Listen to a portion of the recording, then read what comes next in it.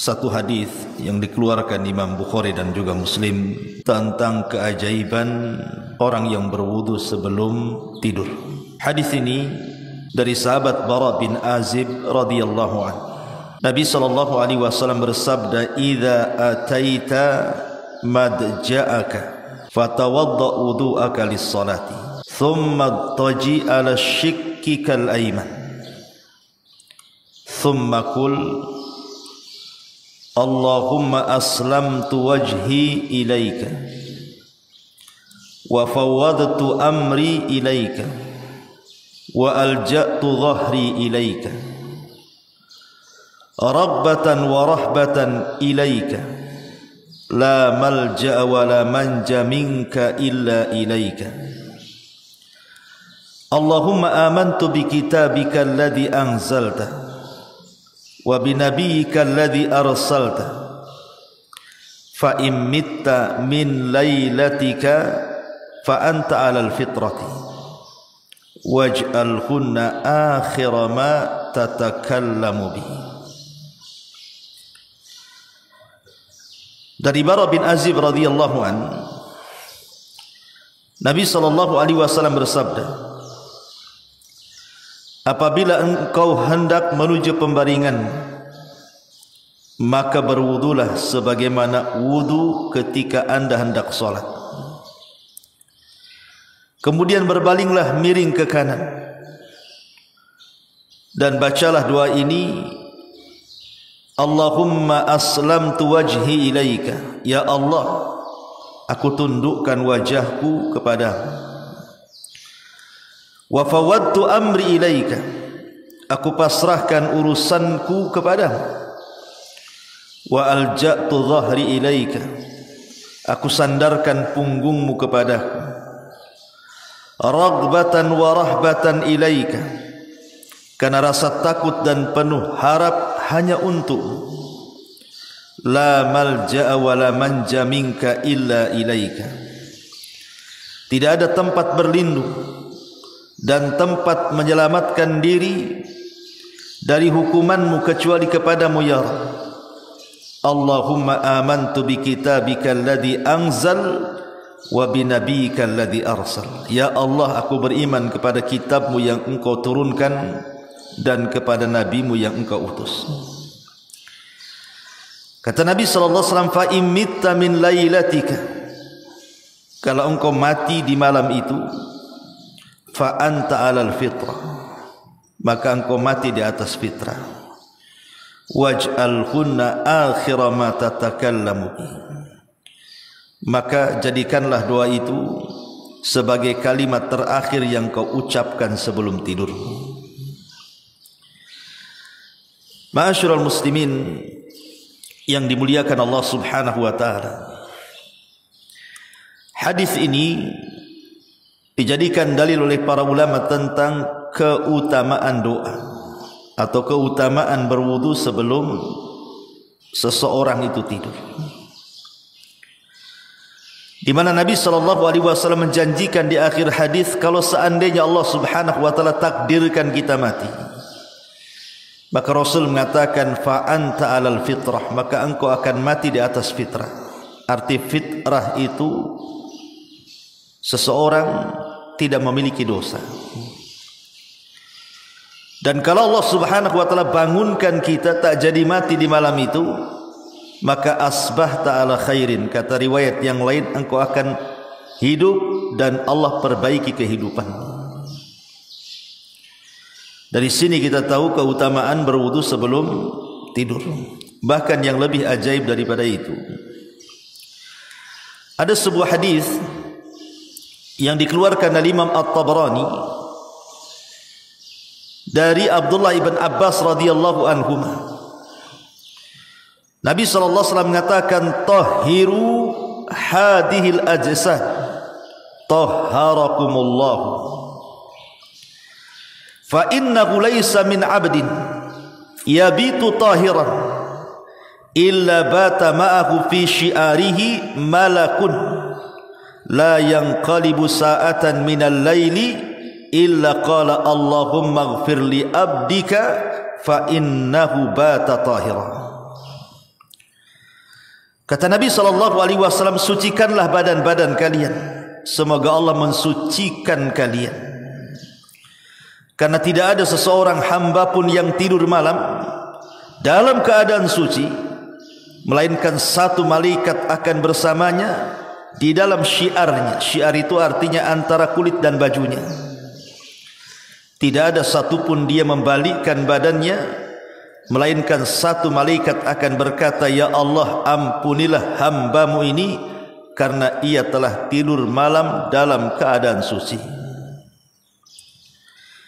Dalam riwayat yang lain, Nabi SAW mengatakan, man bata tahira bata fi syiarihi malakun falam yastayqid illa qala al-malak Allahumma ighfir li abdika fulan fa innahu bata tahira. Barang siapa yang tidur dalam keadaan suci, maka malaikat akan bersamanya dalam pakaiannya. Dia tidak akan bangun hingga malaikat berdoa, ya Allah, ampunilah hambamu si fulan karena ia telah tidur dalam kondisi suci. Hadis ini dikeluarkan oleh Imam Ibn Hibban dan disahihkan oleh Syekh Nasiruddin Al-Albani dalam Sahih At-Targhib wa Tarhib.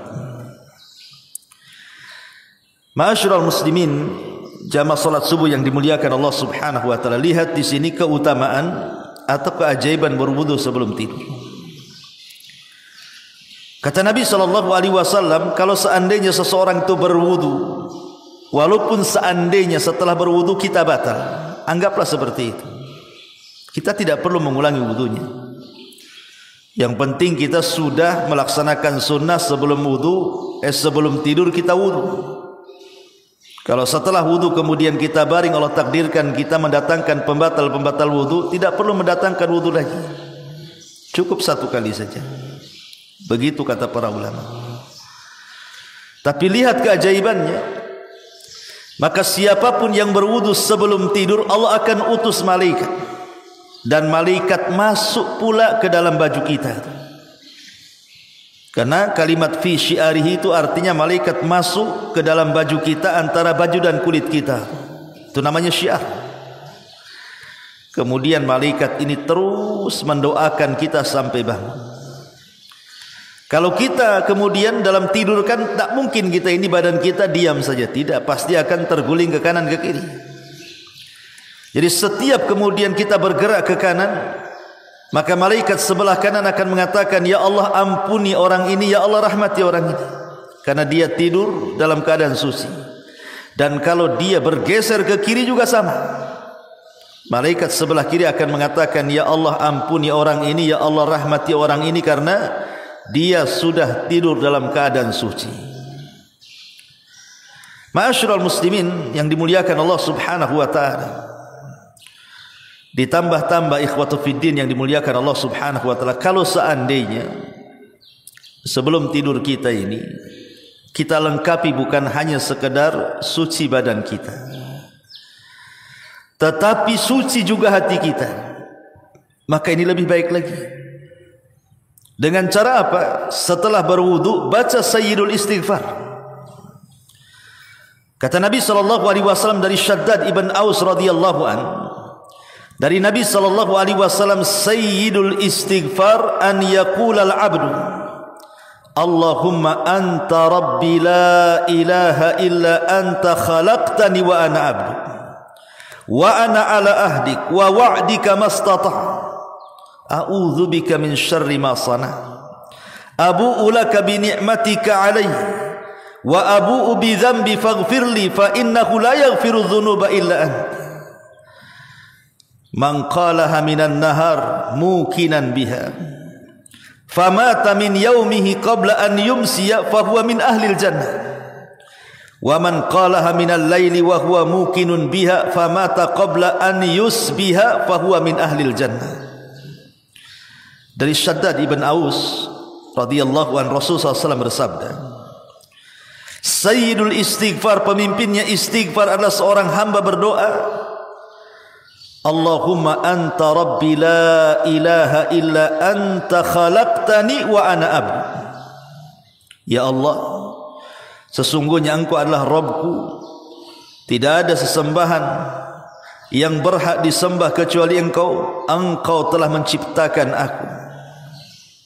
Engkau adalah Rabbku dan aku adalah hamba. Wa ana ala ahdika wa wa'dika mastata'tu. Aku akan berusaha memenuhi janji-janjiku kepadamu sekuat tenagaku. A'udzubika min syarri ma sana'tu. Aku berlindung kepadamu dari apa yang telah kuperbuat dari kejelekanku. Wa abu'u laka bi ni'matika alayya.